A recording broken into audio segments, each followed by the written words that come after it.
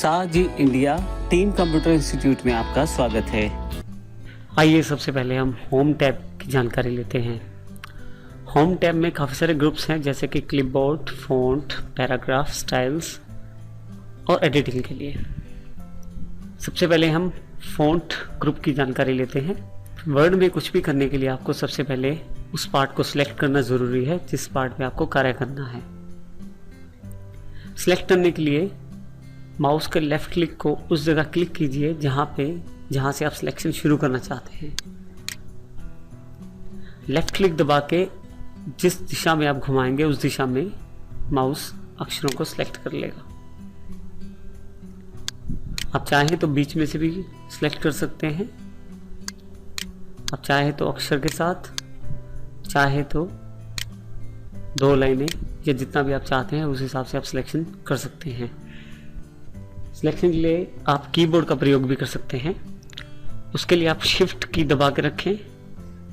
आप जिस तरफ कीज़ को दबाएंगे, मान लीजिए आपने राइट साइड सिलेक्शन करना है तो लेफ़्ट साइड क्लिक कर लीजिए, शिफ्ट का बटन दबा के रखिए और राइट साइड वाले बटन को दबाइए जिससे कि आपका टेक्स्ट सेलेक्ट हो जाए। पहले फ़ॉन्ट ऑप्शंस की जानकारी लेते हैं। जिस टेक्स्ट के ऊपर फ़ॉन्ट को सेट करना है उसको आप सिलेक्ट कर लीजिए। अब फ़ॉन्ट वाले बॉक्स में काफ़ी सारे ऑप्शंस अवेलेबल हैं। सबसे पहला ऑप्शन है फ़ॉन्ट का, उस पर आप क्लिक कीजिए। बिल्कुल राइट साइड पे छोटा सा बटन जिसका है, जैसे ही आप उस पर क्लिक करेंगे काफ़ी सारे फ़ॉन्ट आपके सामने आ जाएंगे। आप ध्यान से देखिए तो जैसे जैसे मैं फ़ॉन्ट सेलेक्ट कर रहा हूँ वैसे वैसे जो आपने सिलेक्शन किया था टेक्स्ट को उसमें भी उसी फ़ॉन्ट को अप्लाई किया जा रहा है। आप चाहें तो स्क्रॉल बार से नीचे आके अपनी मनपसंद फ़ॉन्ट को आप चुन सकते हैं। जिस फ़ॉन्ट को आप चाहते हैं उस पर माउस रख के क्लिक कर दीजिए। दूसरा ऑप्शन इसमें अवेलेबल है फ़ॉन्ट साइज़ के लिए। फ़ॉन्ट साइज़ का मतलब होता है साइज़ को बड़ा या छोटा करने से संबंधित। अब इसमें बिल्कुल वैसे ही जैसे जैसे माउस में लेके जाता हूँ साइज़ पे, उस साइज़ का मेरा फ़ॉन्ट होता जा रहा है। जो मैं फ़ॉन्ट चाहता हूँ उस पर अगर मैं क्लिक कर दूँ तो वो फ़ॉन्ट एप्लीकेबल हो जाएगा, वो फ़ॉन्ट वहाँ पे उपलब्ध हो जाएगा उस टेक्स्ट के ऊपर। उसके बाद हमारे पास नेक्स्ट बटन है ग्रो फ़ॉन्ट। क्लिक करें, जो पार्ट आपका सिलेक्टेड है वो अपने आप बढ़ता चला जाएगा। आप ध्यान से देखें तो यहाँ टेक्स्ट का साइज़ भी बढ़ता जा रहा है। बिल्कुल इसी के साथ जो दूसरा बटन है श्रिंक फ़ॉन्ट का, इसे आप दबाते चले जाएं, प्रेस करें लेफ़्ट क्लिक से तो फ़ॉन्ट साइज़ छोटा होता चला जाएगा। इसका मतलब ये है आप चाहें तो यहाँ से फ़ॉन्ट का सिलेक्शन कर सकते हैं और चाहे तो यहाँ से साइज़ को बड़ा छोटा आप यहाँ से भी कर सकते हैं। इसके बाद जो ऑप्शन है वो है चेंज केस।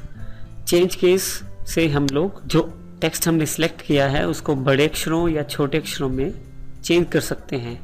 जैसे कि मेरे पास जो टेक्स्ट लिखा हुआ है वो सारा बड़े केस में है, यानी कि अपर केस में है। मैं चाहूँ तो लोअर केस पे क्लिक करके उसे सारा छोटे में बदल सकता हूँ, चाहूँ तो अपर केस पे क्लिक करें और बड़े अक्षरों में बदल लें।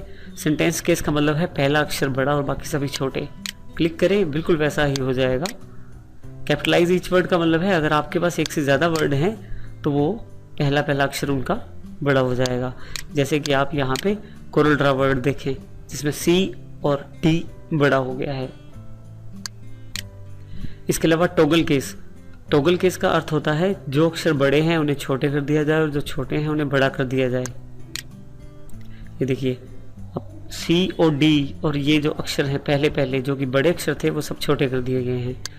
अगर मैं दोबारा टॉगल केस पे क्लिक करूं तो फिर से वैसे हो जाएंगे। हमारे पास नेक्स्ट ऑप्शन अवेलेबल है बोल्ड के रूप में।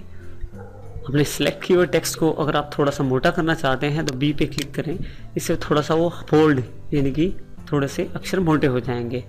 आप चाहते हैं कि आपके अक्षर इटैलिक यानी कि थोड़े से टेढ़े हो जाए तो इटैलिक पे क्लिक कर दीजिए, उससे आपके अक्षर इटैलिक हो जाएंगे। उसके पश्चात U है यानी कि जिसका मतलब है अंडरलाइन। क्लिक करें और देखें आप जो अक्षर हैं उनके नीचे लाइनें आ गई हैं। नेक्स्ट ऑप्शन है आपका स्ट्राइक थ्रू। स्ट्राइक थ्रू का मतलब है कि जो आपके अक्षर लिखे हैं, टेक्स्ट लिखा हुआ है, उसके ऊपर सेंटर में एक लाइन आ जाएगी, उसको स्ट्राइक कर देगी। आप चाहे तो ये स्ट्राइक ऑन ऑफ कर सकते हैं। इसके पश्चात हमारे पास ऑप्शन जो उपलब्ध है सबस्क्रिप्ट। अब ध्यान से देखिए, जब भी मैं किसी ऑप्शन पे माउस लेके जाता हूँ उसका नाम और साथ में उसका शॉर्टकट की, यानी कि आप किसी भी ऑप्शन को चलाना चाहते हैं तो चाहे तो क्लिक कर लें और चाहे उसकी शॉर्टकट की से उसको प्रयोग कर लें। शॉर्टकट की कम्बिनेशन होता है कीबोर्ड की कीज़ का, जिससे उस कमांड को चलाया जा सके। जैसे कि अगर हम बी पे जाएं तो Ctrl+B लिखा आ रहा है।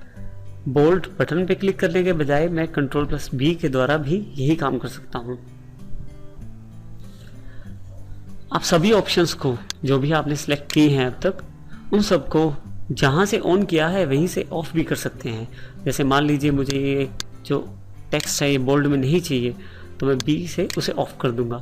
मुझे नीचे लाइन नहीं चाहिए तो यू से मैं अंडरलाइन ऑफ कर दूंगा। नेक्स्ट ऑप्शन जो उपलब्ध है मेरे पास वो है सबस्क्रिप्ट। सबस्क्रिप्ट का अर्थ है कैरो में लेके आना। जैसे कि मुझे log 10 लिखना है, log 10 के लिए सिर्फ 10 को सिलेक्ट करूंगा मैं, क्योंकि वो मुझे log के पैर में चाहिए, यानी कि नीचे की तरफ चाहिए। 10 सिलेक्ट करके सिर्फ मैं सबस्क्रिप्ट को दबाऊंगा तो वो 10 log 10 में कन्वर्ट हो जाएगा। इसी तरह से जो आपका अगला ऑप्शन है वो है सुपरस्क्रिप्ट। इसमें आप क्या कर सकते हैं, पावर, यानी कि जो आपका पावर है उसका प्रयोग कर सकते हैं। जैसे एग्जांपल है 2⁸ मुझे यहाँ 2 की पावर 8 करनी है। 8 को सिलेक्ट करके अगर मैं x2 यानी कि सुपरस्क्रिप्ट को दबा दूँ तो पावर में कन्वर्ट हो जाएगा। दोबारा अगर मैं इसी पे क्लिक करूँगा तो फिर से वो अपने मूल रूप में वापस आ जाएगा। इसके अलावा हम लोगों के पास और भी ऑप्शंस अवेलेबल हैं, जैसे कि टेक्स्ट इफेक्ट्स। अगर आप इस पर क्लिक करें तो विभिन्न प्रकार के टेक्स्ट इफेक्ट्स आपके पास अवेलेबल हो जाएंगे। आप ध्यान दें तो नीचे की तरफ वो जो टेक्स्ट मैं चाहता हूँ, इफेक्ट में चाहता हूँ, उस तरह का इफेक्ट वो टेक्स्ट पे अप्लाई कर रहा है। जैसे मैंने इस पर क्लिक कर दिया तो ये मेरे पास टेक्स्ट का इफेक्ट एप्लीकेबल हो गया। मैं चाहूँ तो इसे दोबारा बदल भी सकता हूँ। सिलेक्ट करूँगा यहाँ से, जैसा टेक्स्ट इफेक्ट मुझे चाहिए वैसा टेक्स्ट इफेक्ट लेके मैं क्लिक कर दूंगा, वैसा टेक्स्ट इफेक्ट एप्लीकेबल हो जाएगा। टेक्स्ट इफेक्ट्स में नीचे की तरफ काफ़ी सारे ऑप्शंस अवेलेबल हैं, जैसे कि आउटलाइन। इसमें आप बाहर की आउटलाइन का कलर सेट कर सकते हैं जैसा भी आप टेक्स्ट इफेक्ट्स में देना चाहते हैं। उसके अलावा शेडो, कितनी शेडो चाहिए, आपके पास डिफरेंट टाइप्स के शेडोज अवेलेबल हैं। जैसा आप चाहें वैसा शेडो आप अपने टेक्स्ट के ऊपर अप्लाई कर सकते हैं। उसके बाद है रिफ्लेक्शन, किस तरफ रिफ्लेक्शन वो दिखाए। अलग अलग तरह के रिफ्लेक्शन है, जिस तरफ आप सेलेक्ट करेंगे उस तरह का रिफ्लेक्शन वो कन्वर्ट करेगा।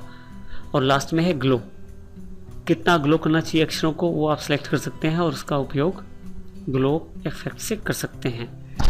नेक्स्ट ऑप्शन हमारे पास है टेक्स्ट का हाईलाइट कलर। आप चाहें तो किसी टेक्स्ट को हाईलाइट करके दिखा सकते हैं। जैसे कि मैं वर्ड को हाईलाइट करना चाहता हूं तो मैं सिर्फ वर्ड को सिलेक्ट कर लेता हूं और यहाँ पे कॉर्नर पे क्लिक करूँगा तो जिस कलर को मैं क्लिक कर लूँगा उस तरह का कलर मेरे पास वर्ड के बैक साइड पे आ जाएगा और वो उसे हाईलाइट करना दिखा देगा, शुरू कर देगा। इसके अलावा मैं क्या कर सकता हूँ, सिलेक्ट करके फ़ॉन्ट सुविधा का लाभ भी उठा सकता हूँ। मेरे पास अलग अलग तरह के फ़ॉन्ट के कलर्स अवेलेबल हैं।